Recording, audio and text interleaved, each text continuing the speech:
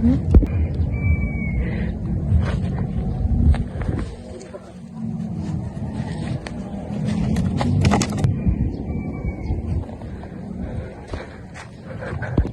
siya. Yang linihukan. Ang lalaki. Yung sinuutan, dili pa siya pang babae. Kung saan ang pagrespeto sa ato Kung saan pagrespeto sa laing tribu, kung inana yung linihukan. No? Maog yun. Sa madaling panahon, ato gina siya magtango sa atong tribo. Kauwaw lang siya sa atong kaliwatan.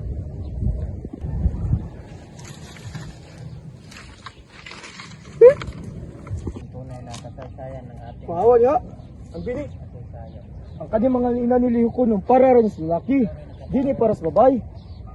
Kauwaw raman ka. Ano hindi mo ko ninyo patabangon? Anong gibawalan man ko ninyo? Dili ko gipanganak. Kaya sa nakubuhaton tanang kaya sa mga lalaki. Kay sayop na. Di man na mo igitudlo sa itong mga ninuno. Kauwaw raman ka sa itong tribu eh.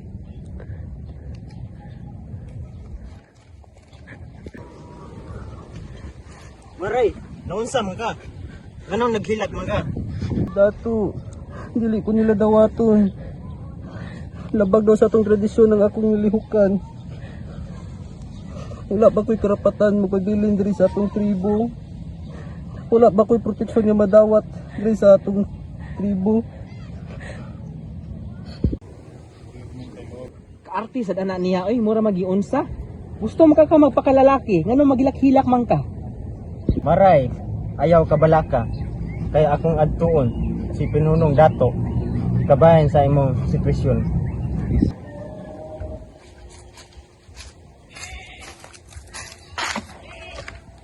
Pinunong Dato, naanto ko'y istoryan mo, kabahin ni Maray. Ikam di nakibalo sa kaysaysayan sa atong mga tribo. Si Maray, dawat ba na siya sa atong tribo? O protektado ba na siya? Kana si Maray, kung naa man siya laing pagbati sa iyahang kaugalingon, ituri na to na siyang espesyal sa atong tribo, kay siya ray nakahibaw sa parihong pagbati ng lalaki o sa babae.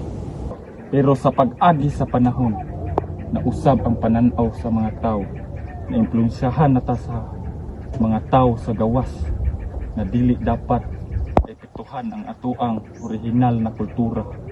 Dapat ang atong orihinal na kultura dapat proteksyon para nila.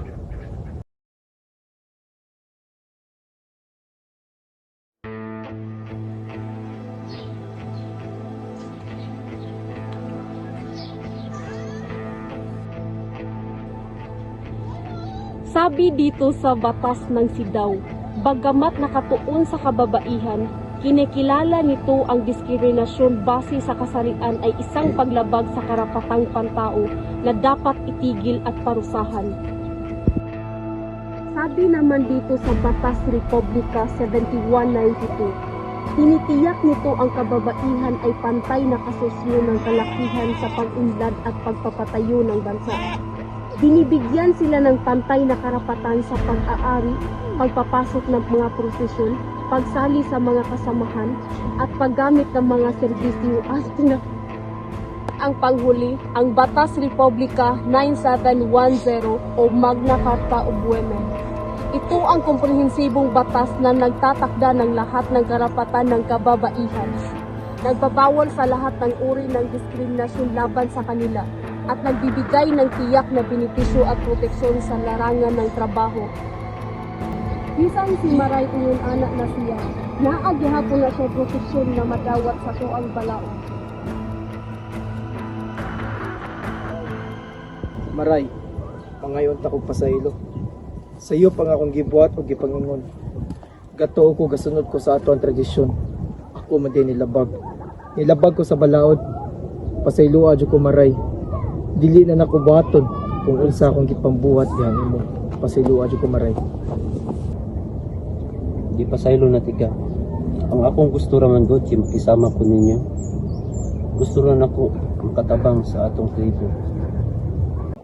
Sugod karon ato ng usbon ug tarungon ang paglantaw sama ni Maray.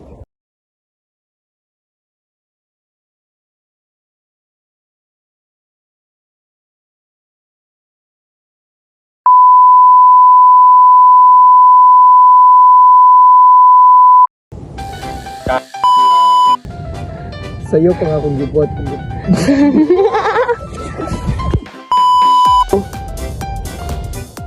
Pasaylo na kita. Dawat na kasi Ginoo.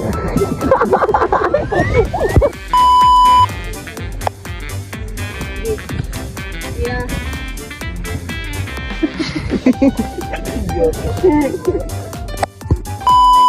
Sabi naman dito sa Batas Republika 7192, tinitiyak nito ang kababaihan.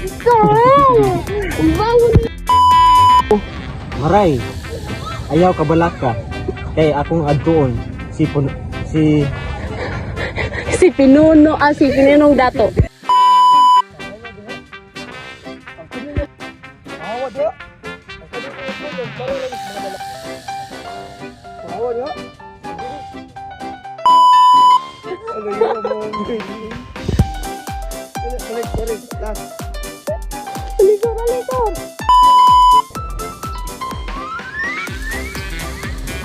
Nah, ipos dito dong.